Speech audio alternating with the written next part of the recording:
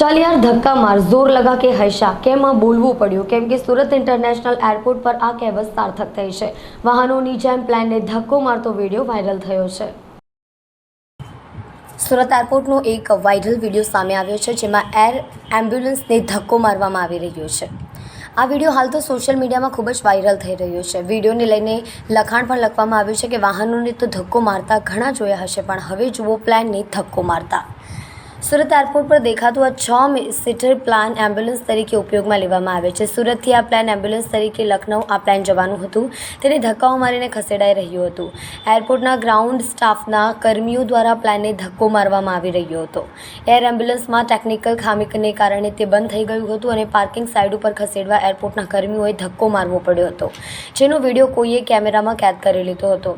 પ્લેનને ધક્કો મારતા આ વિડીયો સોશિયલ મીડિયામાં વાયરલ થઈ રહ્યો છે। આ વિડીયોને લઈને લખાણ પણ લખવામાં આવ્યું છે કે અત્યાર સુધી રસ્તા પર બાઇક કાર કે બસને ધક્કો મારતા લોકોએ જોયા હશે પરંતુ હવે એરપોર્ટમાં પ્લેનને પણ ધક્કો મારવો પડી રહ્યો છે। સુરત એરપોર્ટના સતત વિડીયો વાયરલ થવાને કારણે ઘણીવાર ટીકાઓને પાત્ર પણ બને છે।